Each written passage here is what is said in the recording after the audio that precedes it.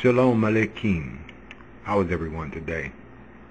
Today, we'll be dealing with a subject of holiness, true holiness, because we have so many ideals of holiness that tends towards the flesh instead of the spirit, that brings glory to the appearance of man, but does not work the work in which Yahweh sent this ideal to us to work.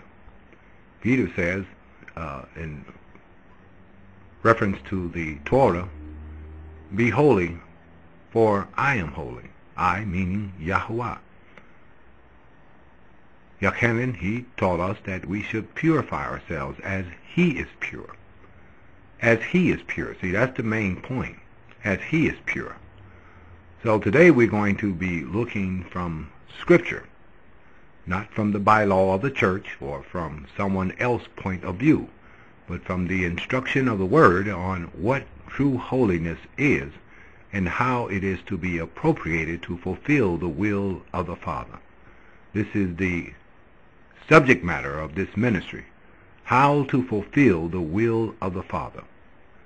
In this culture of religion that we have been raised into and cultured into, it seems that we have been fooled to think that our aesthetics, our mimicry of a superior image of man, is the means of being holy, to take upon ourselves values and ethics that derive from human law and not from the law of Yahuwah, to take upon ourselves the values of human social appearance and not from the law of Yahuwah.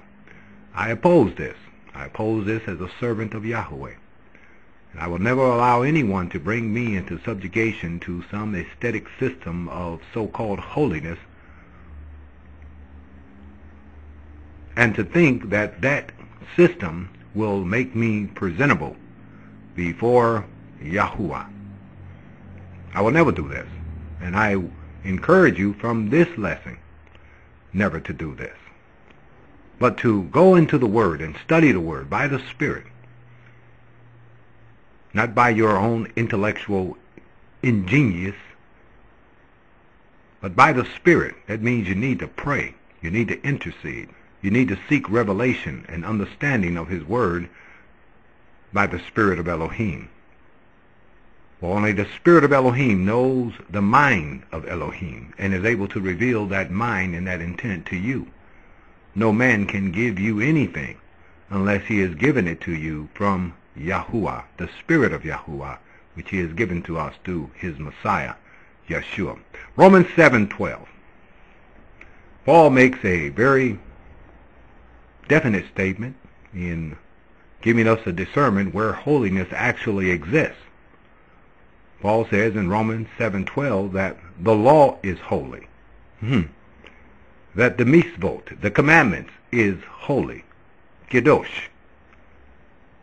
The law is just, that is righteous and good, meaning that the holiness and the definitive of holiness is in the Torah. The holiness of Yahuwah and the definitive of His holiness is in the commandments. And they are just, they are righteous, and they are good. So when Yahuwah looks upon you, He is looking for a goodness, for a righteousness, for holiness that is compatible to His Torah, His law, and not according to the law or the pattern of law of the human mind. There is no holiness in the bylaws of your church. There is no holiness in the dress codes of your church, or synagogue, or Seder, for those who have not yet come into a spiritual light of what this Messianic Hebrew revelation is about. Want to still hold on to those church traditions, those church codes. Want to still stay in fellowship with Babylon and the letter of the Word. And the letter kill it, but the Spirit bring it life. Now Paul, in Romans 7:18, after clarifying the nature and the state of the law that proceeded forth from Yahuwah, that was written down by the finger of his hand, and not by the finger of man's hand, and was given to Moshe, the laws of the covenant, the tablets of the covenant, the two witnesses of Elohim righteousness and goodness, of his standard and not human standard. Now in Romans 7:18, Paul now defines the condition and the state of man, and why man needs to be saved from sin. Paul says, "For I know that in me, that is, in my flesh, in the nature of my existence, in my human nature, dwelleth no good thing." You see, the law is just and good, but in man, who have not yet received of Elohim's Spirit, who have not yet learned to walk in the fellowship of the Spirit by keeping the commandments. Let me say that again. To walk in fellowship and to know Elohim by keeping the commandments, as it says in 1 John. It says, "If you say that you know him, yet keep not his commandments, you lie against the truth." You're a liar. The truth ain't in you. Okay? So the commandments is very important because it distinguishes the holy from the unholy.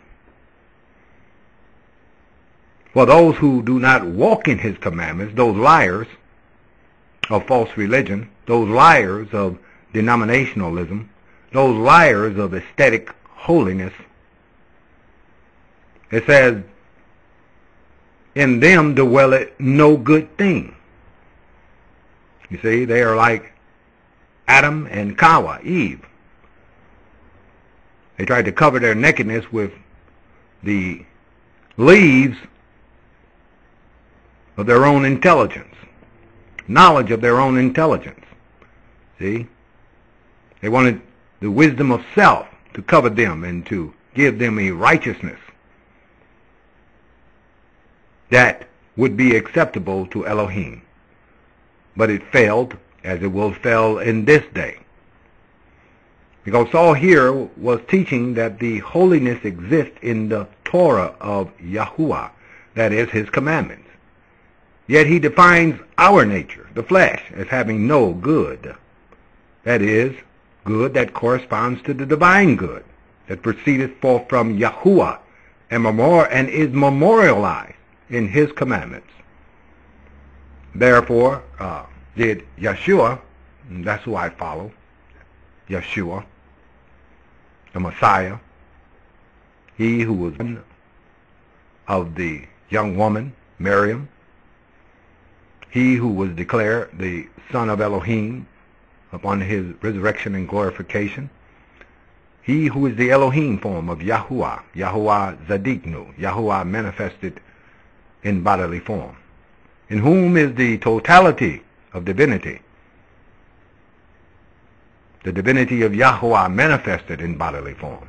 This is taught in the Scripture. In this ministry, we follow the Scriptures, not church bylaw, not denominationalism, not sectarian thought, not scholastic intellectualizing, hermeneutics, and all this other foolish systems of investigating the Word. The Word is revealed by the Spirit. But therefore did Yeshua teach and rebuke the religious leaders for adding their own from the flesh to the commandments. Because this admixture voids the efficacy of the Word. Yeshua said to the religious leaders in his time, those hypocrites, he said, because of your traditions, your customs, your order, your religious order, you have made the Word